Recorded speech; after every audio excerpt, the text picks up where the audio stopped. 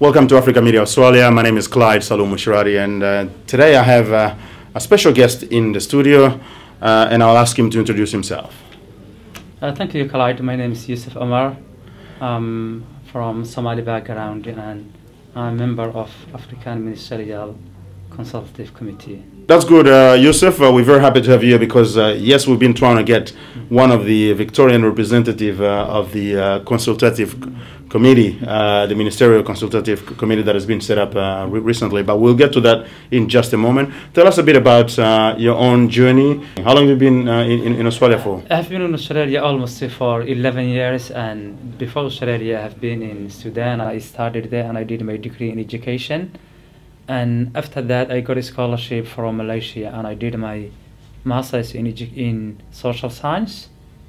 And then when I finished my master's, I came to Australia as an asylum seeker, like other Somalis generally. And then I did my language course, and I finished and I passed with flying colours. And then I did my second master's in educational leadership and management at the Latrobe University. And then I worked for a while at public schools as a multicultural aide, as an Arabic teacher, as a community activist, and finally I got a scholarship from Latrobe University, where I did my PhD and graduated last March. So now you can call me Dr. Yusuf. Doctor, yes. All right, Dr. Yusuf, you have to congratulate you because that's a long journey, and it's having a PhD is indeed very important. I notice there's a passion within Africans to trying to get as much education as possible. Well, where do you think that comes from? And the reason is because we understand, the experience we have been in and the opportunities available in Australia, particularly older generation. So we would like to seize these opportunities and at the same time to make a positive role models for the young generation. Yes. And secondly, education is the key for a better life. To survive, you need real education to understand and to be active and productive member in society. So education is almost everything. That's good. Let's talk about the consultative committee. You've held your first meeting. It happened in Canberra. How did it go? It was good. It was very much introductory meeting, introduction, knowing each other, meeting with other African community leaders, intellectuals and professionals as well. Yes. Itself was really fantastic. And then we went around the parliament. We had a discussion with the immigration minister, Chris Bowen, and a multicultural minister, Kate Lundy, and other MPs, including Senator Mark Fenner from Queensland and Julia Owen, MP from Sydney as well. Yes. And then we discussed about some African community concerns in Australia. Okay. So it was very much introductory meeting. And do you think that this committee is going to make much of a difference? Yes, I think it will make a very positive difference. And the reason is the community will bring African grassroots voices and feelings and concerns to Canberra, where decisions are made.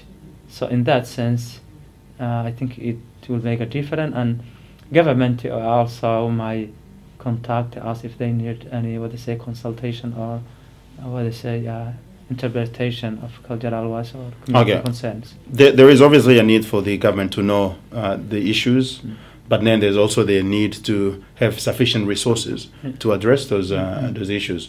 Do you feel that the government is prepared to go the next step from knowing what's happening to investing the resources that are needed to address those issues?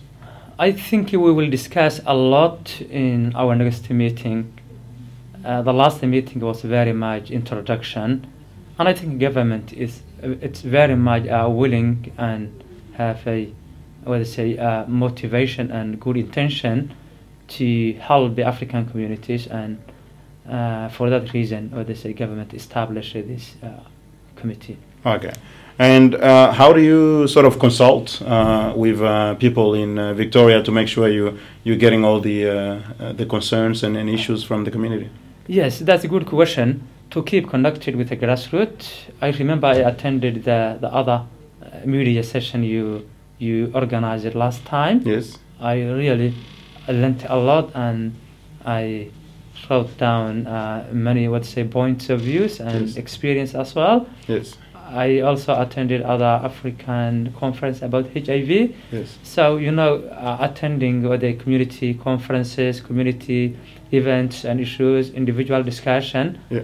In that sense, we will collect and take the community voices and feelings to camera. Okay, and I guess people want to contact you, may have any proposals to put to this committee. They can use your email address or number. We will be happy to publish that. Yeah, exactly.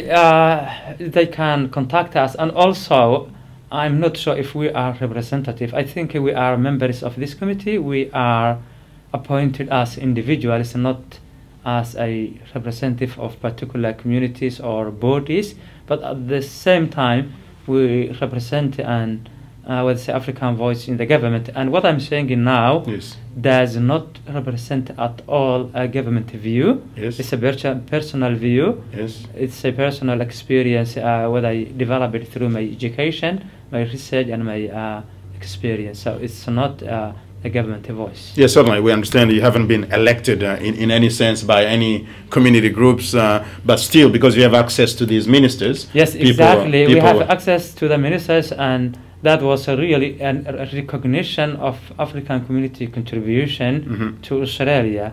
For that reason, the government realized it, I would say, the important role African community doing in Australia, Yeah. and for that reason they formed this committee.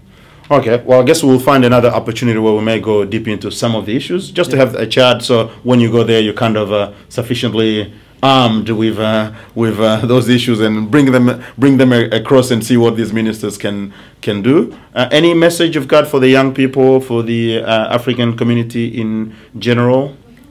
Just what I'm saying is we are very much a part of Australian society, and we need to behave and act like Australian people of African background or of African origin, if you like, and to take any opportunities to represent Australian people at large, and to participate in any social participation in education, employment, in politics, in social events, just to see ourselves as a Australia, and develop sense of belonging at the same time to Australia people and Australia country as well, and at the same time to keep our culture and our background, and to also create and establish a positive role models. And thank you very much also for your media and your initiative, very positive